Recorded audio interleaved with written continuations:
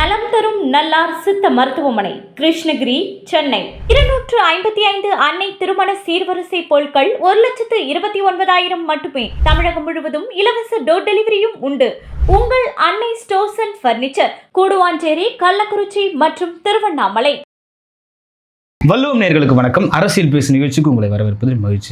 இணைந்திருக்கிறார் daily punch Arun அவர்கள். Sir வணக்கம். சார் வணக்கம் ராபின் சார். நல்லா இருக்கீங்களா சார்? நல்லா இருக்கும். தொகுதி பங்கீடுலேருந்து ஒரு பனிப்போர் அது முடிஞ்சு நேற்று தான் முடிவுக்கு வந்தது. கிட்டத்தட்ட வந்துருச்சு இல்லைங்க சார்? 27+1 தரதா திமுக தரப்பு, 28+1 28+1 தரதா திமுக தரப்பு போட்டதுனாலேயே பனிப்போர் முடிவுக்கு வந்துருச்சா? அக்ரிமெண்ட் வந்திருக்கு. ஓகே, அதான் அது முடிவுக்கு வந்திருக்கு. அப்படின்றப்போ என்ன நடக்குது தமிழ்நாடு அரசியல் கலால? கிட்டத்தட்ட அதுவும் ஒரு போர்க்களமாக மாறி இருக்கு. இப்போ நான் சொல்லிட்டா இந்த ஒரு பழமொழி சொன்னாதான் சுலபமாக புரியும் அப்படின்னு நினைக்கிறேன். உங்களுக்கு கல்யாணம் ஆயிடுச்சா? இல்லை சார். Very good. அப்போது நீங்கள் கல்யாணம் பொண்ணு பார்க்க போகிறீங்க. அப்புறம் வந்து எல்லாம் பிடிச்சி போச்சு, எல்லாம் ஓகே. அப்புறம் திடீர்னு வந்து கல்யாணத்துக்கு முதல் நாள் வந்து இல்லை மாப்பிள்ளைக்கு நீங்கள் வந்து ஒரு ஆடி கார் வாங்கி கொடுக்கணும் அப்படின்னு வீட்லேருந்து சொல்கிறாங்க. அவங்க சொல்கிறாங்க எனக்கு அதெல்லாம் முடியாதுங்க அப்படின்றாங்க. ஒன்றா மிஞ்சி போனால் ஒரு ஆல்டோ வாங்கி கொடுக்குறேன்றாங்க. அதெல்லாம் முடியாது, மாப்பிள்ளை என்ன தெரியுமா, அட்லீஸ்ட் ஒரு BMW வாங்கி கொடுங்க அப்படின்றாங்க. அப்புறம் வேறு வழி இல்லாமல் அவங்க வந்து ஒரு அந்த கொஞ்சம் ஹை எண்டாக ஒரு 15 லட்சத்துக்கு ஸ்விஃப்டா பாயா நீ வேற என்ன நீ எவ்வளோ இறங்கி வர, வேறு வழி இல்லாமல் சரி ரைட்டு அப்படின்ட்டு ஒரு XUV 700 எலக்ட்ரிக் வெஹிக்கிள் அது வாங்கி கொடுக்குறாங்க. இப்போ சொல்லுங்கள் ராபின்சன், ஏதோ நீங்கள் வந்து கம்பல் பண்ணீங்க, அதனால் அப்பா இது மாதிரிலாம் கேட்டுக்கூடாத, வரதட்சணை கேட்டால் உள்ளே தள்ளிடுவாங்க, ஒரு வழியாக ஏதோ ஒன்று வாங்கி கொடுத்துட்டாங்க நீங்கள் கேட்டிங்களே அப்படின்னு சொல்லிட்டு, நாளை பின்ன உங்களுக்கும் அவங்க மாமனார் வீட்லேயும் இப்படி இருக்குமா ரிலேஷனு? இருக்காது சார். இதுக்கு மேலே நான் ஏதாவது சொல்லணும்னு நினைக்கிறீங்க? இன்னும் அதுக்கு தான் நான் அப்போயே கேட்டேன், கையெழுத்து போட்டதுனாலேயே பனிப்போர் முடிவுக்கு வந்து விட்டதா அப்படின்னு கேட்டேன். இப்போ 28ன்னு சொல்லிக்கிறாங்க. இதுக்கு தானா இவ்வளோ பறந்து அடித்து ஃபைட் பண்ணதெல்லாம் அப்படின்னு. அடுத்தது ஒரு ராஜ்யசபா வேற கொத்தின்னு போயிட்டாங்க. இப்போ மற்ற கட்சிகள்லாம் சும்மா இருப்பாங்களா?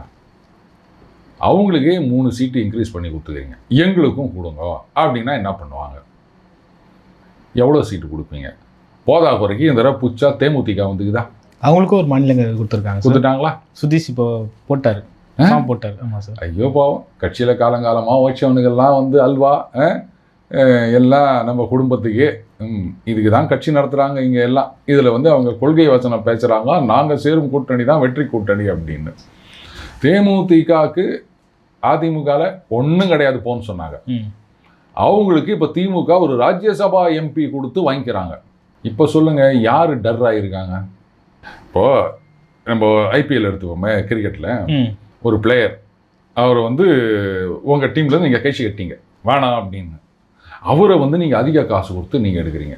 என் டீம்லேருந்து நான் கழிச்சு விட்டேன், அவரை நீங்கள் அதிக காசு கொடுத்து எடுத்தால் யார் புத்திசாலின்னு சொல்லுவீங்க? ஏன்னா எனக்கு தெரியும் இவனெல்லாம் வச்சுக்கின்னு 4 ஓவர் கூட போட மாட்டான்டா ஒவ்வொரு மேட்ச்லேயும், 2 ஓவர்லேயே சுளுக்கிச்சு இழுத்துக்கிச்சின்னு ஓடி போயிடுவான். இதை தெரிஞ்சு தான் நாங்கள் கைட்டி விட்டோம்.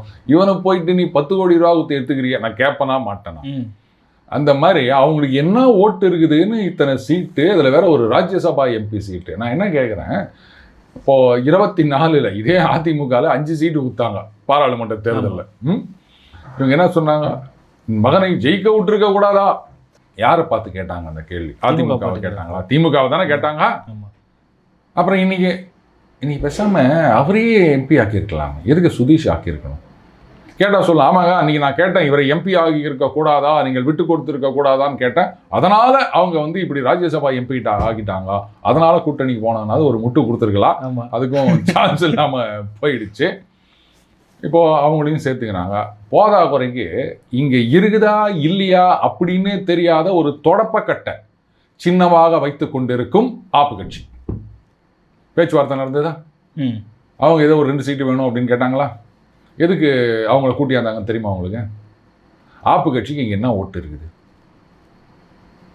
ஆனால் அண்ணன் அரவிந்த் கெஜ்ரிவால் அவங்க கட்சி சின்னமான தொடப்பக்கட்டையோடு இங்கே வந்துடுவார். எலெக்ஷனுக்கு முன்னாடி பாருங்களேன் நடக்க போது, அங்கங்கே மீட்டிங்கில் இவரை கொண்டு வந்து நிறுத்துவாங்க. பார்த்தீங்களா, இப்படி தான் பொய் கேஸ் போட்டு ஆட்சியை பிடிப்பாங்க, அதுக்கு இவர் தான் சாட்சி. அதுக்காக அவருக்கு 2 சீட். அவர் ஒரு நன்றிலாம் வர சொல்லியிருக்காரு சார். வெளியே வந்த உடனே ஸ்டாலினுக்கு நன்றிலாம் வர சொல்லியிருக்காரு. இப்போ புரியுதுங்களா? அதுக்கு தான் அவருக்கு 2 சீட்டு, வேற என்ன? ஏன்னா இப்போ அந்த KN நேரு அவர்களுக்கு எதிரான கேஸு FIR போடணுன்னு அதுக்கு இவங்க வேறு வந்து நாங்கள் சுப்ரீம் கோர்ட்டுக்கு போகிறோன்றாங்க. சுப்ரீம் கோர்ட்டுக்கு போங்க, எங்கே ஒன்றா போங்க. நீங்கள் போகிறன்றதுக்காகவே ஆக்ஷன் எடுக்காமல் இருக்க முடியுமா? இது என்ன லாஜிக்னு எனக்கு புரியல. அதுக்கு எப்போது அவங்க நோட்டீஸ் அனுப்பிச்சிருக்காங்க, ரிப்ளை கொடுக்கணும்னு வச்சுக்கோங்களேன். வேறு வழிகளில் எஃப்ஐஆர் போட வேண்டிய கட்டாயத்துக்கு வந்துட்டாங்க அப்படின்னு சொன்னால், இவங்க வேறு அமித்ஷா அவர்கள் அந்த ஊழல் அப்படின்னு தான் சொல்லினுக்கிறாரு. அது சரி, அவர் கூட தான் சொன்னார், குடும்ப அரசியல்ன்ற பேரில் நாட்டையே ஒழிச்சு கட்டுறவங்களுக்கு ஓட்டு போட போகிறீங்களா அப்படின்னு ஒருத்தர் கேட்டார் தெரியுமா? எங்கப்பா அந்த மானஸ்தன் ஆளையே காணோம். சரி ரைட்டு, இப்போ ஊழல் தான் பெருசாக பேச போகிறாங்க. அப்போது அதை ஒழுங்க செய்யணும்னா அரவிந்த் கெஜ்ரிவால் தான் இவங்களுக்கு ஒரே சான்ஸ். இல்லைங்களா? இப்படி தான் போய் கேஸ் போட்டாங்க, இப்போ வெளில வந்துட்டாருப்பார் அப்படின்னு. அது கூட 9ஆம் தேதி அப்பீல் போகிறாங்க. அதில் என்ன ஆகும் தெரியல. ஒருவேளை அங்கே அரவிந்த் கெஜ்ரிவால் தரப்பு ஊற்றிக்கிச்சின்னு வச்சுக்கோங்களேன், அதுக்கப்புறம் இவங்களுக்கு 2 சீட்டு கொடுத்ததும் வேஸ்ட்டு, அவரை கொண்டு வரதும் வேஸ்ட்டு. அது அந்த அப்பீலை பொறுத்து தான் இருக்கின்றது. ஆர்எல்ஸ் 2 சீட்டு ஒத்துக்கிறாங்கன்னா, இப்போ காங்கிரஸுக்கு 3 எக்ஸ்ட்ரா கொடுத்துட்டாங்களா, இப்போ ஆப்புக்கு 2, 5, அப்புறம் தேமுதிக எவ்வளோ 6 சீட்டா, 8 தரதா பேசிக்கிறாங்களா சார்? சரி 6ன்னு வச்சுப்போம், மினிமம் 5, 6, 11. மற்றவங்களாம் சும்மா இருப்பாங்களா? இதில் வேறு அண்ணன் திரும்ப அவர்கள் ரொம்ப அழகாக விளக்கம் சார். அவருக்கு 2 சீட் எக்ஸ்ட்ரா கொடுத்துருக்காங்களா சார்? இது 2 சீட் எக்ஸ்ட்ரா கொடுத்துருக்காங்களா சார்? எப்போ? இல்லை 6லேருந்து 8 மாற்றிட்டாங்க சார். நாங்கள் வந்து அதிகார பகிர்வுன்றதுக்கு புதுசாக ஒரு அர்த்தம் கொடுத்துக்கிறோம், டிக்ஷனரி மீனிங்கு எல்லாம். இது வரைக்கும் என்ன நினச்சிருந்தீங்க? அதிகார பகிர்வுனா ஒரு மந்திரி கொடுக்கணும்னு நினச்சிருந்தீங்க. நாங்கள் அதை அப்படியே மாற்றி எங்கள் சக்திக்கு ஏற்ற மாதிரி அதிக இடங்கள் கொடுக்க வேண்டும், அதுதான் அதிகார பகிர்வு அப்படின்னு ஒரு புதுசாக ஒரு விளக்கம் கொடுத்துக்கிறான்ல. அப்போ அதுக்காகவாது 12 சீட்டு கொடுக்க வேணாமா? ஒன்றும் இல்லாத காங்கிரஸ் அவங்களுக்கு என்ன இருக்குதுன்னு நீங்கள் 28 சீட்டு கொடுக்குறீங்க சார். தேசிய கட்சி சார், எப்படி சார் நம்ம ஒன்றும் இல்லை அப்படின்னு வச்சுக்கலாம்? திமுக காங்கிரஸ் காம்பினேஷன் தான் சார் வெற்றி கூட்டணி. இந்த கம்யூனிஸ்ட் இருக்குல்ல, அவங்களும் நாங்கள் தேசிய கட்சின்னு சொல்லினுக்கிறாங்க. அதை விட ஆப்பு கட்சி தேசிய கட்சி, அது தெரியுமா அவங்களுக்கு? ஆமாம், பஞ்சாப்லலாம் ஆட்சியில் இருக்காங்க. அவங்க வந்து நேஷனல் பார்ட்டி, அவங்களுக்கு 28 கொடுப்பீங்களா?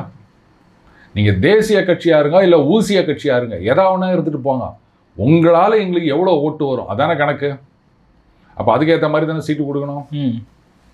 இப்போது தேமுதிக 0.5% கூட இல்லை அவங்க ஓட்டு, 6 கொடுக்குறீங்க அப்படின்னா, அப்போ விசிகா நீங்கள் எல்லாம் நினைக்கலாம் விசிகா வந்து என்ன ஓட்டு வாங்கிட போகிறாங்க அப்படின்னு. ஒரு கிரெடிபிள் அலையன்ஸில் இருந்தாங்கன்னு சொன்னால் அவங்களால ஒரு 8லேருந்து 10% ஓட்டை அப்படியே ஸ்விங் பண்ண முடியும். அது புரியாமல் இவங்கெல்லாம் வந்து விளையாடின்னுக்கிறாங்க. இந்த யானைக்கு தன் பலம் தெரியாது அப்படின்ற மாதிரி. அதுக்கு தான் வந்து பகுஜன் சமாஜ் கட்சியில் கன்ஷிராம் அவர்கள் அந்த கட்சி யானையை சின்னமாக வச்சாங்க, மாயாவதி அவர். புரியுதுங்களா? எங்கே பார்த்தாலும் யானையை வச்சாங்க, ஏன்னா அதுக்கு அது பலம் தெரியல அப்படின்னு. ஸோ இவ்வளோ ஒரு செல்வாக்கு இருந்தும் அதுக்கேற்ற மாதிரி வந்து நம்பர் ஆஃப் சீட்டோ இல்லை மந்திரி சபையில் இடமோ வாங்காமல் இருக்காரு. ஓகே, அப்போ என்ன பண்ணுவீங்க? கொடுத்து தான் ஆகணும். என்ன கட்சியாக வந்து வேறு வழியில் பாஸாக உள்ளே வந்துடும், வழக்கம் போல இப்படியே சொல்லிட்டு இருக்க வேண்டியதான். என்ன பண்ணுறது? ஆனால் இங்கே தான் அவருக்கு பிரச்சனை. இந்த மாதிரியே சொல்லி சொல்லி விட்டு கொடுத்துட்டு போகிறதுனால அவங்கெல்லாம் அந்த பக்கம் அப்படியே விசில் போட்டுன்னு போயிடுறாங்க. புரியுதுங்களா? அதனால தான் சொன்னார் அவர்கள் கொள்கையற்ற பதர்கள் அப்படின்னு. என்ன பண்ண முடியும்? நீங்கள் அதுக்கேற்ற மாதிரி சீட்டு வாங்குங்க, அமைச்சரவையில் பங்கு வாங்குங்க, எல்லாம் அவங்க பின்னாடியே இருப்பாங்க. நீங்கள் எதுவுமே பண்ணுறதில்ல, பாஸாக வந்துடும் ஒரே கோஷத்தை சொல்லிக்கின்னு நீங்கள் இப்படி காம்ப்ரமைஸ் பண்ணிக்கினே விட்டு கொடுத்துன்னே இருந்தீங்கன்னா அதான் அங்கே போகிறாங்க அவங்க. Okay sir. என்னதான் இருந்தாலும் திமுக கூட்டணி வந்து ரொம்ப ஸ்ட்ராங்காக இருக்குது. அதனால தான் வந்து வரவங்க போகிறவங்களெல்லாம் கூட்டணியில் கூப்பிட்டு வச்சுருக்கிறீங்களா சார்? இதுவும் ஒரு ராஜதந்திரம் தானே சார்? எது ராஜதந்திரம்? 19லேருந்து சாலிடாக ஜெயிச்சுன்னு வராங்களா ராபின்சன்? ஆமாம், அதே கூட்டணி தானே. ஒரு வின்னிங் காம்பினேஷன் 11 பேர் அப்படியே அசால்ட்டாக எல்லா மேட்ச்லையும் ஜெயிச்சுட்டு வராங்க அப்படின்னா அதில் சேஞ்ச் பண்ணுவீங்களா நீங்கள்? பண்ண மாட்டோம் சார். அப்புறம் ஏன் இங்கே பண்ணுறீங்க? பண்ணலையே சார், நெக்ஸ்ட்டாக தான் சார் சேர்த்துக்கிறோம். அதை தான் ஏன்னு கேட்குறேன் நான். அவங்க இல்லாமல் தானே ஜெயிச்சிங்க. 19லயாவது 1த்துல தோத்தீங்க, 24ல் சாலிடாக எல்லாத்துலேயும் ஜெயிச்சிங்கல்ல. தேமுதிக வச்சுருந்தான் ஜெயிச்சிங்களா? ஆப்பு கட்சி வச்சுருந்தான் ஜெயிச்சிங்களா? அப்புறம் சார் அந்த கட்சிகளுக்கும் ஒரு வாய்ப்பு கொடுக்கணும்னு சொல்லிட்டு திமுக. நீங்கள் என்ன வந்து எம்ப்ளாய்மெண்ட் எக்ஸ்சேஞ்சாக நடத்துறீங்க, எல்லாருக்கும் வந்து வேலை கொடுக்குறோம் அப்படின்றதுக்கு அரசியல் கட்சி நடத்துறீங்க. இல்லைன்னா அவங்களுக்கு என்ன நீங்கள் வாய்ப்பு கொடுக்கறது? அது மக்கள் பார்த்து வாய்ப்பு கொடுக்கட்டும். எப்போ வந்து இவங்களெல்லாம் சேர்த்துக்கின்னு வந்து பார்த்தீங்களா எங்கள் கூட்டணி ஸ்ட்ராங்குன்னு சொல்கிறீங்களா, அதுலேருந்தே தெரிய வேணாமாங்க. பயந்தவன்லாம் என் மேலே வந்து படுத்துக்கோன்னு சொன்னானா ஒருத்தன் புலியை பார்த்த உடனே, அந்த மாதிரிலாம் இருக்குது நீங்கள் சொல்கிறது.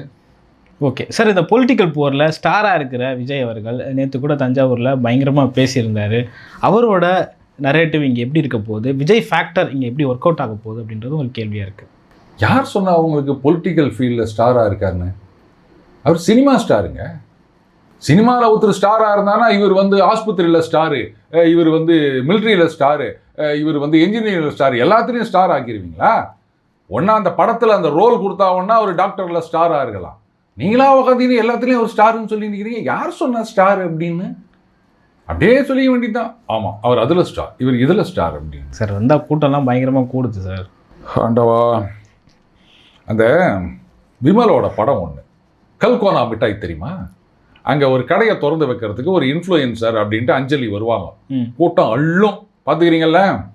இதே மாதிரி தான் நம்ம ஒன்றும் வேணாங்க. நம்ம அந்த சினிமா நடிகர்கள், இந்த லூஸ் மோகன் ஒருத்தர் இருந்தார் தெரியுமா, ஓமகிச்சி நரசிம்மன் ஒருத்தர் இருந்தார் தெரியுமா, அப்புறம் இந்த திருப்பார், அவர் யார், அவர் யாரோ ஒருத்தர், அதுக்கப்புறம் இந்த மாதிரி இவங்கெல்லாம் ஒரு கடை திறக்க வந்தாலே கூட்டம் அள்ளும் ராபின்சன். நம்ம ஜனங்க அந்த மாதிரி நல்ல கூட்டத்தை வச்சுலாம் உடனே ஆட்சிக்கு வந்துடலாம் அப்படின்னு நினச்சாதோ, அங்கே சிரஞ்சீவி பிரம்மாண்டமான கூட்டத்தை காமிச்சார். ஒன்றும் இல்லைன்னு எனக்கு வானவே வானாம் அப்படின்னு ஓடி போயிட்டார். கேப்டனுக்கு வராத கூட்டமா? இல்லைங்க, கூட்டத்தை வச்சிடலாம், இதுதான் அப்படின்னு சொல்லிட்டு இருந்தீங்கன்னா அதுக்கப்புறம் நான் என்னத்த சொல்கிறது? இல்லை சார், அவர் ரொம்ப கான்ஃபிடென்ட்டாக இருக்கார். ஒரு நேற்று பேசுகிறப்ப கூட சொல்லியிருக்காரு, எனக்கும் திமுகவுக்கு தான் போட்டி, ஸ்டாலின் சாருக்கும் விஜய்க்கு தான் போட்டி அப்படின்றாரு. நான் எதுவும் சொல்ல விரும்பலை. அதாவது ஒரு பெரிய முதலாளி ஒரு படம் எடுத்தார். அப்போ யாரோ கேட்குறாங்க, நீங்கள் அடுத்த சிஎம் ஆவீங்களா அப்படின்னு கேட்குறாங்க. அந்த இன்டர்வியூ கூட நீங்கள் பார்த்துருப்பீங்க அப்படின்னு நினைக்கிறேன். அந்த மாதிரி எல்லாம் கான்ஃபிடென்ட்டாக இருக்கலாங்க. அவர் அரசியலுக்கு வரதா இல்லை, சினிமாவோட நின்றுக்கிறார், அது வேறு விஷயம். இப்போது தேமுதிக கூட தான் சொல்லியிருந்தாங்க, நாங்கள் இருக்கும் கூட்டணி தான் வெற்றி கூட்டணி, எங்களை பற்றி தான் எல்லாம் பேசினுக்கிறாங்க அப்படின்னாங்க. ரெண்டு பக்கத்தில் எங்கே போவோன்றதை பொதுக்குழு கூடுவோம், அவங்க கூடுவோம், இவங்க கூடுவோம் அப்படின்னாங்க. எல்லாரும் சொல்லலாங்க நாங்கள் தான் ஆட்சிக்கு வருவோம் அப்படின்னு. சரி, இப்போ இதை கேட்குறீங்களே, அப்போ ஒரு முதலமைச்சர் சொல்லுங்கிறாரு 200 தொகுதியில் நாங்கள் ஜெயிக்க போகிறோம், நாங்கள் தான் ஆட்சிக்கு வர போகிறோம்னு சொல்லிட்டு இருக்காரு. அந்த கான்ஃபிடன்ஸ் உங்களுக்கு கண்ணு தெரியலையா? இல்லை இந்த பக்கம் எடப்பாடியார் மக்கள் தயாராகி விட்டார்கள் ஆட்சியை அகற்றுவதற்கு, நாங்கள் தான் என்டிஏ கூட்டணி ஆட்சி தான், என்டிஏ கூட்டணி அவர்களுடைய ஆட்சி, உடனே நீங்கள் கூட்டணி ஆட்சி அன்றைக்கி இப்படி ப்ராக்கெட் போடாதீங்க அப்படின்னு சொல்லி, அது உங்களுக்கு கான்ஃபிடென்ஸாக தெரியலையா? சினிமாலேருந்து ஒருத்தர் சொல்லிட்டாருன்னா உன்னே தான் கான்ஃபிடென்ஸு. அதெல்லாம் சினிமாவில் உங்களுக்கு சினிமா மாதிரி நான் பதில் சொல்கிறேன். 2 மணி நேரம் படம் அப்படின்னா 1.25 மணி வரைக்கும் பார்த்தீங்கன்னா வில்லன் தான் கான்ஃபிடென்ட்டாக சொல்லிட்டு இருப்பான், ஹீரோ பாவம் அடி வாங்கிட்டு இருப்பார். கடைசி 1/4 மணி நேரத்தில் தான் அவர் ஜெயிப்பார். அப்போ முதல்ல நீங்கள் பார்த்த உடனே அந்த 1.5 மணி நேரம் பார்த்த உடனே இவர் தான் ஹீரோன்னு முடிவு கட்டிடுவீங்களா? அந்த மாதிரி தான் இருக்குது. யார் வேணா கான்ஃபிடென்ட்டாக சொல்லாங்க, மக்கள் ஓட்டு போடும்போது தானே தெரிய போகுது லட்சணம். அதுக்குள்ளேயே நீங்கள் என்னடானா அவர் ஸ்டாருன்றீங்க, ஃபீல்டில் வந்துட்டாருன்றீங்க, தஞ்சாவூரில் அதை பேசினார் இதை பேசினார். சார் அவர் நிறைய விஷயத்த பேசியிருந்தார் சார். அதாவது மீண்டும் திமுக ஆட்சி தொடரட்டும்னு சொல்கிறாங்க, மீண்டும் திமுக ஆட்சி தொடரட்டும், சட்டம் ஒழுங்கு சந்தி சிரிக்கட்டும் அப்படின்னு சொல்லிட்டு திமுகவை பயங்கரமாக இன்றைக்கி அட்டாக் பண்ணி பேசக்கூடிய ஒரு எதிர்க்கட்சி தலைவராக விஜய் இருக்கார் சார். ஏன் வேறு யாருமே திமுகவை அட்டாக் பண்ணலையா? இல்லை, இப்போ நான் கேட்குறேன், இதுக்கு முன்னாடி அவர் என்ன அட்டாக் பண்ணார்? நேற்றுக்கு தான் மூச்சுக்குன்னு திமுகவை பற்றி அவர் பேசுகிறாரு. அப்போ இதுக்கு முன்னாடிலாம் என்ன பண்ணார்? கட்சி ஆரம்பித்தே 3வது வருட ஆரம்ப விழான்னு பண்ணிட்டாங்கல்ல. இதில் ஒன்று கவனிக்கணும், ஆரம்பத்தில் இவங்க பாசிசம் அவங்க பாயாசம் ஆமாம் அப்படின்னாரு. அதிமுகவை ஏதாவது எதிர்த்தாரா? வாயே துறையில். கரூர் சம்பவத்துக்கு அப்புறமும் அப்படியே இருந்துட்டு கடைசியாக இது இனிமேல் ஒத்து வராது, அதிமுக பிரிந்து வரப்போவதில்லை அப்படின்ன பிறகுதான் அதிமுகவை அவர் விமர்சனம் பண்ண ஆரம்பித்தார். இன்னி வரைக்கும் காங்கிரஸை விமர்சனம் பண்ணாங்களா? அடுத்த மாநாடுலேருந்து காங்கிரஸை விமர்சனம் பண்ணுவாங்க பாருங்கள். யார் யாரெல்லாம் வருவாங்க அப்படின்னு நினச்சிட்டு இருக்காங்களோ அவங்களெல்லாம் ஒன்றும் டச் பண்ண மாட்டாங்க. இனிமேல் இவங்க வரவே மாட்டாங்க அப்படின்னு தெரிஞ்சால் அதுக்கப்புறம் டச் பண்ணுவாங்க. விசிகா வரும்னு காத்துட்டு இருந்தாங்க ஒரு காலத்தில். வரலன்னொடனே ஆதவ் அர்ஜுனா சொன்னார், ஒரு 20 பேர் தாங்க அவர் பக்கத்தில் இருக்காங்க, திரும்ப அவர்கள் பக்கத்தில் சொன்னாரா? இல்லை, அதுக்கப்புறம் மாற்றி நான் அப்படி சொல்லலை, 20 நிர்வாகிகள்னு சொன்னேன். நீங்கள் என்ன சொன்னீங்கன்றது அந்த வீடியோ இருக்குது. நீங்கள் அப்படி சொன்னேன் இப்படி சொன்னேன், இந்த உருட்டெல்லாம் இங்கே வேலைக்கு ஆகாது. ஒன்றேன்னு சொல்லிட்டு போங்க, அது நானே இல்லை, அது அப்படி ஒன்றா சொல்லுங்கள், நாங்கள் நம்புகிறோம். மற்றபடி நீங்கள் சொன்ன வீடியோ அப்படியே இருக்குது. நான் அந்த அர்த்தத்தில் சொல்ல, இந்த அர்த்தத்தில் சொன்னால் சரி, அப்போ இவ்வளோ சொல்கிறீங்கல்ல. பாருங்க, சினிமா நடிகர்கள்லாம் வெளில வராத வரைக்கும் தாங்க அவங்களுடைய அந்த மவுஸு. வெளில 4 தடவை பார்க்க ஆரம்பிச்சிட்டாங்க, அதுக்கப்புறம் அவங்களுடைய மவுஸு போயிடும். இவர் தானே சொன்னாரா இல்லையா? அப்போ அவர்கிட்ட போய் கேளுங்க. என்னங்க, இப்போ நீங்கள் அவரோட தானே அப்போ அவர் வெளில இருந்தார், விசிகாவில் இருந்தார். அப்போ அந்த மாதிரி சொல்லிவிட்டு இன்றைக்கி இங்கே போய் உட்காந்துருக்கிறீங்களே, அதனால தான் அவரை நீங்கள் பணியூரை விட்டு வெளில வராமல் வச்சிருக்கிறீங்களா? ஏன்னா வெளில வந்தால் மவுசு போயிடும்ன்றதுனால. சார் அவர் சொல்கிறாரு, சைலண்ட்டாக ஒருத்தர் இருக்கிறான்றதுக்காக அவனுக்கு எதுவுமே தெரியாதுன்னு நினச்சிக்காதீங்க.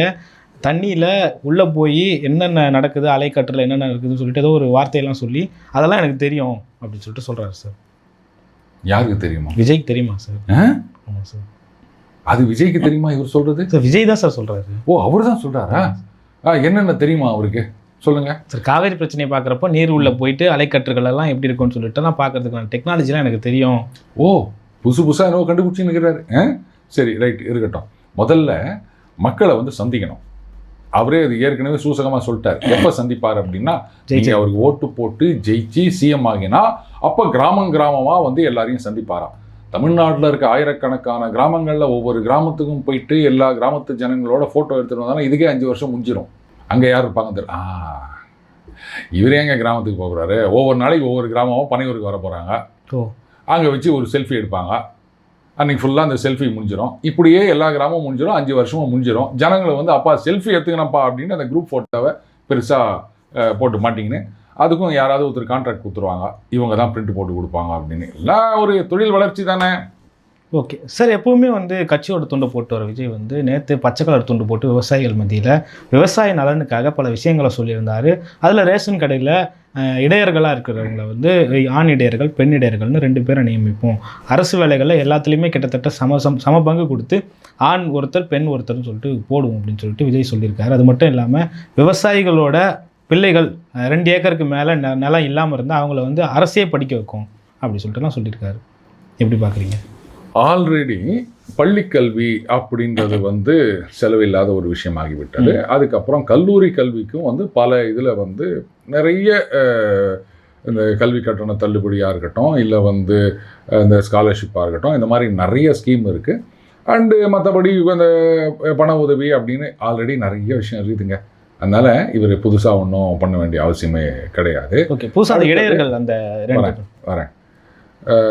ஏன் அத்தோட விட்டீங்க? பஸ்ஸில் ஆண்களுக்கு ஆண் கண்டக்டர், பெண்களுக்கு பெண் கண்டக்டர். அதே மாதிரி 2 டிரைவர் போட்டுருங்க. ஒரு ஆண் டிரைவர், ஒரு பெண் டிரைவர். அந்த பக்கம் அவர் உக்காந்துக்கிட்டோம், இந்த பக்கம் இவங்க உக்காந்துக்கிட்டோம். என்னங்க சிரிக்கிறீங்க? இல்லை, 2 பேரும் உட்காந்து எடை போடுறதுனால உங்களுக்கு என்ன வந்துருச்சு? இன்னி வரைக்கும் ரேஷன் கடையில் உங்களுக்கு ஏதாவது பிரச்சனை இருக்குதா? அது ஆம்பளை எடை போடட்டும், பொம்பளை எடை போடட்டும், உங்களுக்கு ஏதாவது பிரச்சனை இருந்துக்குதா? இல்லை நம்ம வீட்டில் பொம்பளைங்க இன்றைக்காவது வந்து ரேஷன் கடைக்கு போயிட்டு இது மாதிரி இந்த ஆள் எடை போடுறது சரியில்லை, எனக்கு ஆண் வேண்டாம், பெண் எடையாளர் தான் வேணும், ஏதாவது சொல்லிக்கிறாங்களா? பெருசாக நம்பர்ஸ் இல்லை. அப்புறம் என்ன, இது வரைக்கும் எந்த பிரச்சனையும் கிடையாது. ஏன்னா யாராக இருந்தாலும் ரேஷன் கார்டில் எடை உரைகிறாங்க அப்படின்னு ஒன்றா சொல்லுவாங்களே தவிர, இது ஆண் இருந்தால் எனக்கு பிரச்சனை இல்லை, பெண் இருந்தால் பிரச்சனை இல்லை அப்படின்லாம் யாருமே சொன்னது கிடையாது. சரி, அது ஏன் ரேஷன் கடைக்கு மட்டும் வச்சிங்கன்னு கேட்குறேன் நான். அதான் நான் கேட்டேன், பஸ்ஸில் ஏன் போட மாட்டேங்கிறீங்க? பெண்களுக்கு இப்போ இந்த விலையில்லா பயணச்சீட்டுன்ட்டு அவங்களுக்கு ஒரு டிக்கெட் கொடுக்குறாங்கல்ல. ஆமாம். அப்போ அங்கே ஒரு பெண் கண்டக்டர் போடுங்க. இந்த பக்கம் பெண் வரிசை, அந்த பக்கம் ஆண் வரிசைன்னு வச்சுருக்காங்களே, அந்த பக்கத்துக்கெல்லாம் ஆண் கண்டக்டர் டிக்கெட் கொடுப்பாரு, இந்த பக்கத்துக்கெல்லாம் பெண் கண்டக்டர் டிக்கெட் கொடுப்பாரு. நல்லா இருக்குல்ல இந்த ஸ்கீம்? என்னங்க, அவர் மட்டும்தான் புரட்சிகரமாக சிந்திப்பாரா? எங்களுக்கெல்லாம் வராதா? சரி, நீங்கள் கேட்டீங்க பச்சை துண்டு போட்டு வந்தார் அப்படின்னு. இதே சினிமாவில் ஒருத்தர் கிராமத்து விவசாயியா வேஷம் போடுறார் அப்படின்னா வேஷ்டி தான் கட்டு வருவார். அவர் என்ன வந்து அந்த தாஜ்மஹால் பட ஹீரோவா? கிராமத்து விவசாயி அப்படின்னாலும் வந்து ரிபூக் ஷூ போட்டுக்கின்னு ஜீன்ஸ் போட்டுக்கின்னு வந்து ஒரு கைத்தூக்கி இடுப்பில் கட்டு வரத்துக்கு என்னங்க, அவர் இருக்கிற இடம் என்ன, லொக்கேஷன் என்ன, ரோல் என்ன, கொஞ்சம் கூட சம்மந்தமே இல்லையான்னா அதெல்லாம் யாரும் கேட்க மாட்டாங்க. படம் ஊற்றிக்கிச்சுன்னா உடனே மியூசிக் டைரக்டர் மேலே பழி போடுவாங்க. அந்த மாதிரி அந்தந்த ரோலுக்கு அந்தந்த காஸ்டியூம், அதைத்தான் அவர் பண்ணிட்டு இருக்காரு. இதை போய் பெருசாக கேட்குறீங்க? நாளைக்கு வந்து தொழிலாளர்கள் மத்தியில் பேசணுன்னா செவப்பு துண்டு போட்டுன்னு போவார். இப்படி வேஷம் கட்டுறவர் தானுங்க அவர். அதைத்தான் அவர் கட்டின்னு இருக்கிறாரு. இன்னும் பெருசாக கேட்குறீங்க? கட்சி துண்டு போடுறவர் பச்சை துண்டு போட்டார். பச்சை துண்டு போட்டதுனால அவர் விவசாயி ஆகிடுவாரா? சார் சொல்லியிருக்காரு சார், விவசாயத்தை பற்றி எனக்கு எதுவுமே தெரியலனாலும் விவசாயிகளுக்காக நான் போராடுவேன். இன்னும் மற்றதை பற்றிலாம் ரொம்ப தெரியாத மாதிரிலாம் பேசுகிறீங்க. விவசாயத்தை பற்றி உனக்கு என்ன எனக்கு ஒன்றுமே தெரியாது அப்படின்னு. அறிவியலை பற்றி என்ன தெரியும்? மருத்துவத்தை பற்றி என்ன தெரியும்? முதல்ல அரசியலை பற்றியே உங்களுக்கு ஒன்றும் தெரியாது. அப்புறம் தானே நீங்கள் வந்து விவசாயத்தை பற்றி பேசுறதுக்கு. இப்போ மற்ற விஷயங்கள் எல்லாம் கூட வேணாம், அட்லீஸ்ட் ஏதோ ஒரு விஷயத்தை பற்றி நல்லா தெரிஞ்சு வச்சுனா கூட ரைட்டுங்க, எனக்கு இது தெரியாது அப்படின்னு சொல்லலாம். நமக்கு தான் ஒன்றுமே தெரியாதுன்னு ஆகி போயிடுச்சு. வேலூர் பெரிய கோயிலாமல் யார் அது சொன்னது? தஞ்சை பெரிய கோயில் தான் சார். சரி, தெரியல, விடுங்க. அது என்னோ யாரோ ட்ரெண்ட் பண்ணியிருந்தாங்க வேலூர் பெரிய கோயில்னு, அதை விட்டு தள்ளுங்க, நமக்கு வேணாம் அதெல்லாம். நமக்கு இன்னும் எல்லாம் தெரிஞ்ச மாதிரி.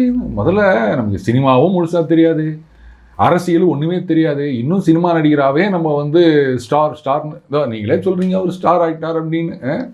Right, okay sir. அடுத்த ஜென்மன்னு ஒன்று இருந்தால், அதில் எனக்கு நம்பிக்கையெல்லாம் இல்லை. அடுத்த ஜென்மன்னு ஒன்று இருந்தால் நான் வந்து ஒரு விவசாயி மகனாக பிறக்கணும், ஒரு விவசாயியாக பிறக்கணும். அது ஏங்க நம்பிக்கை இல்லைன்னா ஏங்க அதெல்லாம் சொல்கிறீங்க நீங்கள்?